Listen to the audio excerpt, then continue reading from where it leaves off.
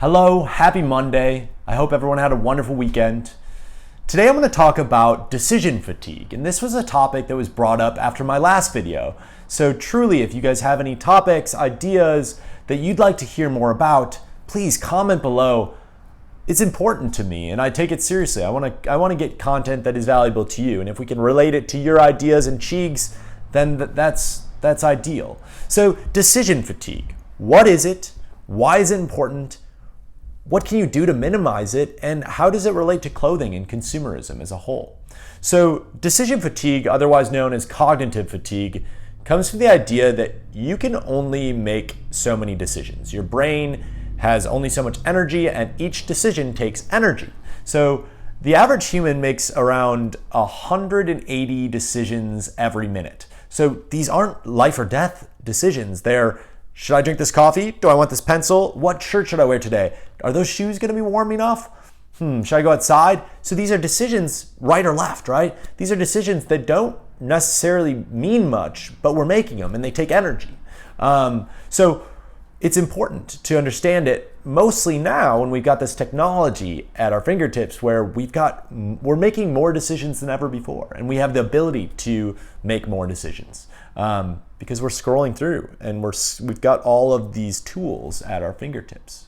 So if there was ever a time to understand this concept and focus on it, it's actually now. So what are some studies that kind of describe what this means? And one of the main ones is that judges are more willing to grant parole in the morning than in the afternoon. And that's by 70% in the morning and 10% in the afternoon.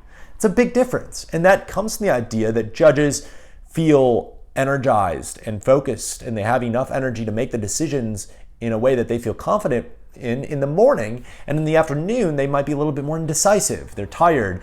They realize that these decisions are important and can put people's lives at risk, so they're taken a little bit more seriously. So that is one study that talks about this idea. So what are the signs of decision fatigue? And these are procrastination, impulsivity, avoidance, and indecision. And it can lead to irritability, depression, anxiety, even digestive issues, exhaustion, and headaches, right? So this is a real thing that impacts all of us, right?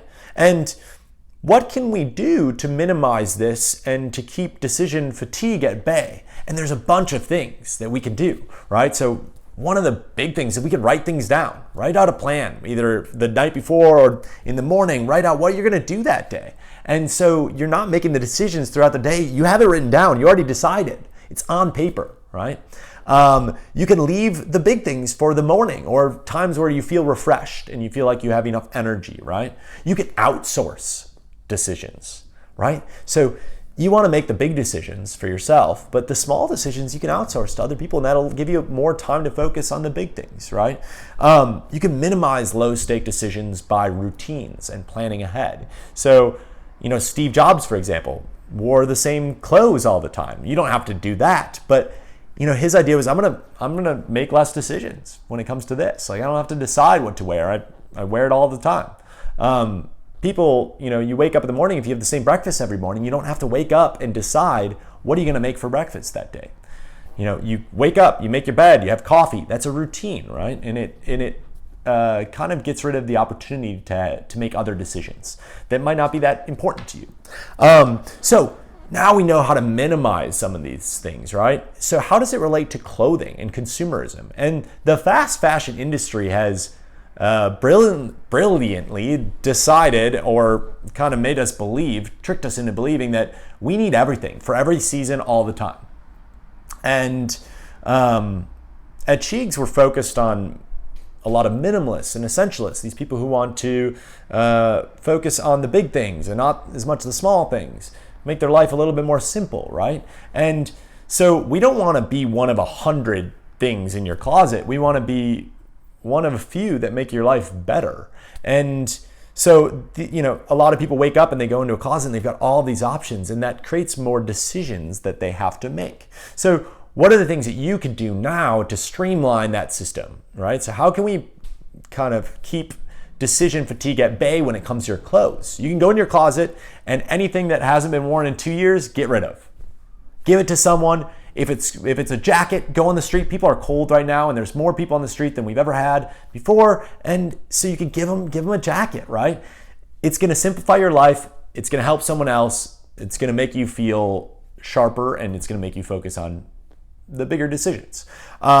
So you could do that. You can, there's a few projects, Project 333, which is, limiting your objects to 30, or your clothing items to 33 items. So there's different projects. You don't have to do one or the other. You could do what's right for you.